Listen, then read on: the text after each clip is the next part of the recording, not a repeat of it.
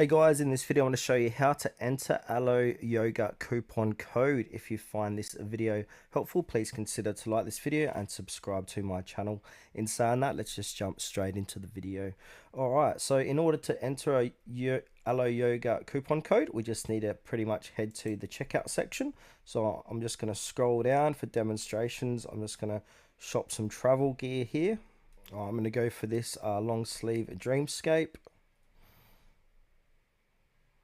Choose my size. I'm going to add to bag. Now I'm going to go checkout.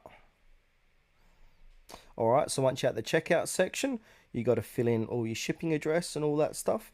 But on the right hand side, it says here discount code or gift card. Go ahead and put in your discount code or gift card, then hit apply. And whatever that discount code or gift card comes to, it's going to subtract off the total order. So if you've got a discount code for 20%, 20% is going to be taken out of this order.